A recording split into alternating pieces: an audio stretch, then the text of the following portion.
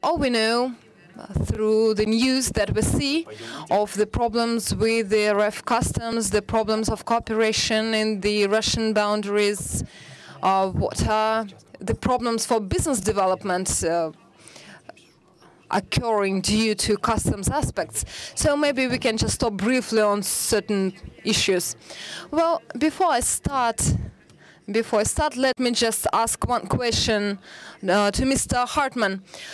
In your list, do you have customs aspects? Should we talk about customs problems?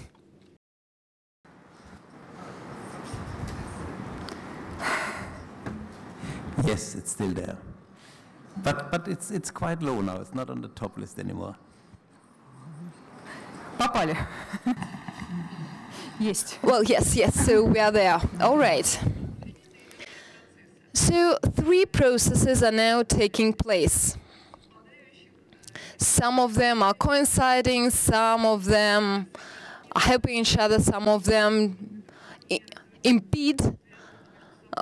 But anyway, they're interconnected. The first point, Russia has become a member of WTO, and we really hope that the regulation rules in international cooperation will be more predictable.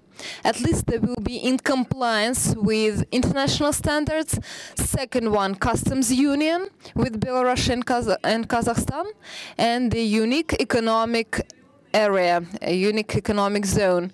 Here we also have certain messages in accordance with which we will have to go to see what will be the results of this integration, so that what we will receive by creating this unique customs area. But what we can see right now, declarations on the part of the government, legislature, which is out there, unfortunately, they are not interconnected in reality. So the lower brick, let me say so, is Russian customs. Due to the customs union creation is right now working according to the legislature of the customs union. So I'm not talking about European customs union, of course, I'm talking about our customs union. So what can we say here from the point of view of legislature and law enforcement?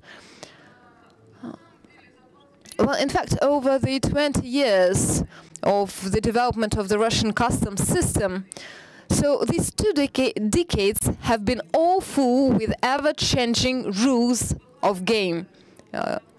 So we really hoped that the customs code of the Russian Federation created in 2004 would survive, let's say, 10 or 15 years, and would create certain tradition in this sphere that would be perfected further on. But in 2010, we actually enforced the new customs code of the customs union, and I can see that it is based on the Belarusian customs code, and the rules of implementation were taken from Kazakhstan. And I can say that in customs procedures, you can't really come up with anything absolutely innovative, anything novel. So we can't say that here we had some certain steps far to the right or far to the left. But I just want to say that we did not receive a perfection of our previous customs procedures. So right now, as you know, all 3 of the countries of the customs union decided to enter the Kyoto Convention on the easier procedures and standards of customs clearance. So this gives us a hope that we will finally receive certain criteria according to which we will have to go further on according to the standards, international standards, and according to WTO rules. So I also would like to share you another sad story. There is a number of international agreements within the customs union, a number of decisions of the committee of the customs union, which is called Eurasian Customs Union right now, certain federal laws in RF, presidential decrees, letters, resolutions, how you can just get your way through all this documentation, it is really difficult to imagine. Of course, there are absolutely different situations, but as far as I see it, participants in the sphere, in the market, what they try to do. There is a certain desire to simplify as far as possible all the terms and conditions on any agreement when we talk about international deliveries, so that there would be no additional unnecessary problems or questions when you pass customs clearance, both of the Russian Federation or the Customs Union. Moreover, there is another sad thing, and as I've already said, we have to comply with the legislation of the Customs Union. But still, the body, an institute which would explain to us these codes, has not been created whatsoever. The court of the Customs Union has this function, and it started working literally a few months ago, though the Customs Union has been existing since 2010.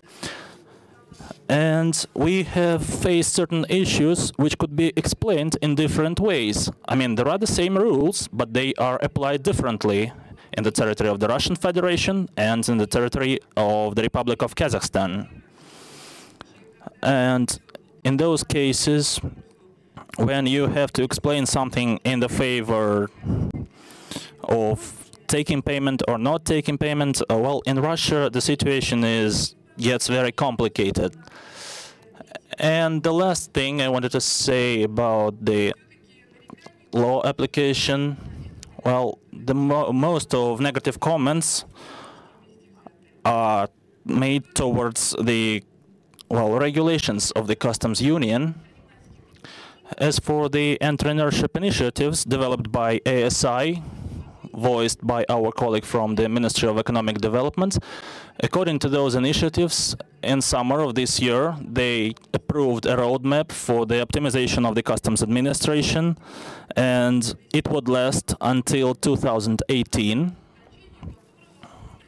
And by the end of this political cycle, we are going to come up with a customs of very high standard, basically a template for our trade partners. And this roadmap is basically a list of measures, managerial measures, which should be taken in order to harmonize the customs system and to optimize the transparency and improve it, and to optimize and reduce the speed of clearance of goods at the borders. These measures are very different, and I could probably tell you about only one of them, because I think it's the most burning issue, which prevents us from changing the situation at the customs. And we have to change it because it's closely connected to the expenses spent at the border clearance. Among other measures, for 2015, it has been planned to change completely the administrative procedure for customs clearance. Currently, the goods are basically retained by the customs officials, and it's not delivered to a recipient until a customs official, fully authorized, makes it clear for himself that all the data provided to him is correct and credible, that everything has been calculated in a proper way, that all the money got into the accounts of our Federal Treasury, and only after that the customs officials allow the recipients of the goods to get it.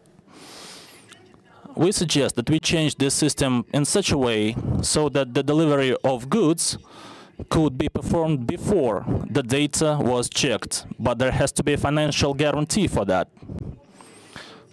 Basically, there has to be also a risk assessment, financial risk assessment. Goods get to the importing company, and within 2 weeks, the rest of the data can be checked, and they can do all their calculations after the goods have been delivered. Well, I guess if we can achieve that kind of level of success, and if we get done what we have planned so far, then the efficiency of the customs system of Russia is not only going to be assessed from the point of view of the money collected, but it's going to be assessed from the point of view of speed of clearance of goods at the borders, for example. Then we will be able to forget about the customs problem, and Mr. Hartman can take us off that list.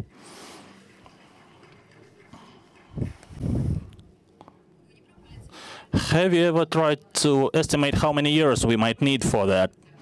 Well, as for how many years, how about some real timeline? Well, it's the third time we are speaking about that today. I can only repeat after the previous speakers, it depends on the political will. And another question to you, Galina, about the opportunity to use modern technologies for the customs operations, like barcodes or something else. Is there any development in this direction? Yes, I could agree with you. There is some positive dynamics in regards to the application of state-of-the-art technologies. But still, since we have this honest conversation with you, I, as a person who does not work for a federal body, can say very clearly and honestly that right now the creation of the customs union actually slowed down these processes, and it slowed down the positive dynamics. Because on one side, every state of the union had its own plans, its budget and its resources, and right now it's all being united, and we have to use a common platform. First we have to find that common platform. So basically we start from scratch. That's what I could say in regards to all the modern technologies, starting with electronic declaration and ending with the technical opportunities, technical capacity the customs officers have.